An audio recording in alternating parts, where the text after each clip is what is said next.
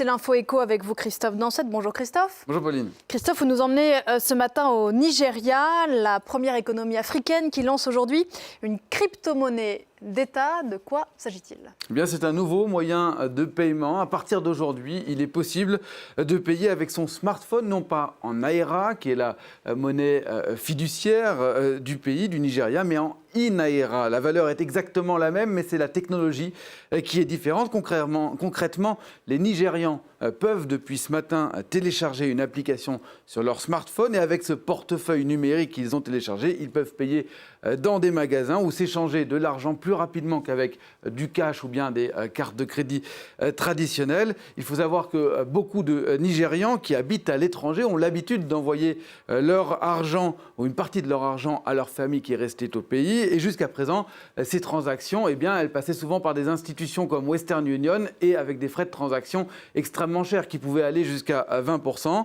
Eh bien, avec cette nouvelle crypto-monnaie d'État, cette e-Naira, eh bien, les frais de transaction sont considérablement réduits, la vitesse aussi, puisque c'est quasiment instantané. Pour l'État, Christophe, pour la Banque centrale nigériane, quel est l'intérêt ? Bien, l'idée, justement, c'est d'avoir une monnaie numérique qui reste contrôlée par l'État, qui reste contrôlée par la Banque centrale, car depuis plusieurs années, on assiste au Nigeria à une certaine perte de confiance en la monnaie officielle, donc le Naira. Ce dernier a perdu beaucoup de sa valeur par rapport à l'euro ou au dollar. En 2019, 1 euro valait environ 400 $. Aujourd'hui, 1 euro vaut 480 $. Donc c'est une différence de 20%. Surtout, le Naira, il est très volatile, on le voit, à tel point que de nombreux Nigérians préfèrent ne pas l'utiliser, se tournent plutôt vers le dollar ou même vers d'autres crypto-monnaies comme le Bitcoin.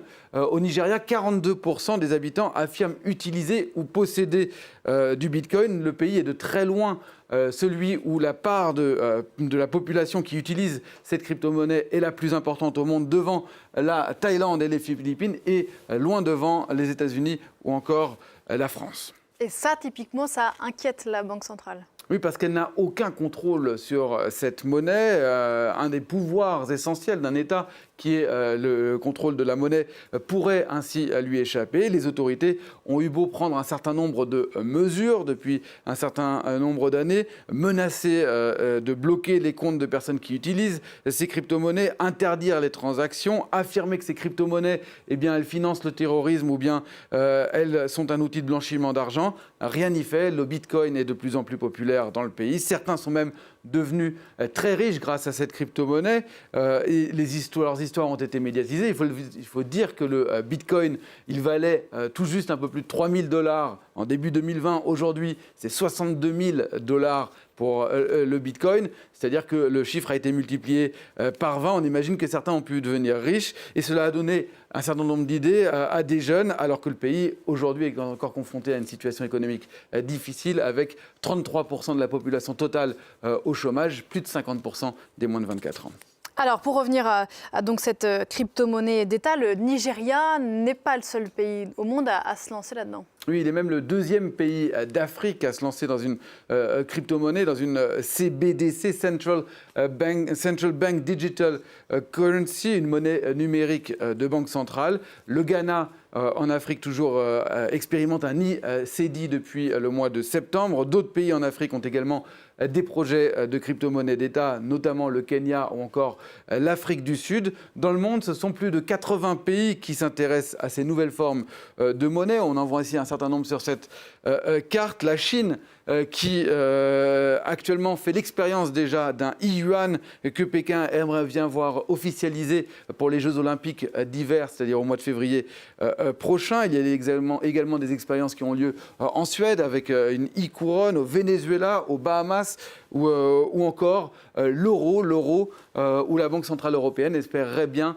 voir émerger un euro numérique d'ici 4 ou 5 ans. Les États ne veulent pas être dépassés par les crypto-monnaies ou même par des monnaies qui seraient numériques, qui seraient privées, comme le projet qu'avait lancé Facebook. Il y a un pays, Christophe, dont vous vouliez nous parler, qui a fait un choix radicalement différent. Oui, ce pays, c'est le Salvador, puisqu'il a décidé il y a 6 semaines d'officialiser le Bitcoin comme monnaie d'État au même titre que le dollar. C'est le premier pays au monde à le faire. Et après 6 semaines, le résultat est assez mitigé entre des gens qui se sont créés un portefeuille en Bitcoin et une certaine partie de la population qui préfère manifester pour s'opposer à cette officialisation du Bitcoin. Néanmoins, d'autres pays pourraient suivre cet exemple. C'est notamment le cas du Brésil qui y réfléchit. Merci beaucoup, Christophe. C'était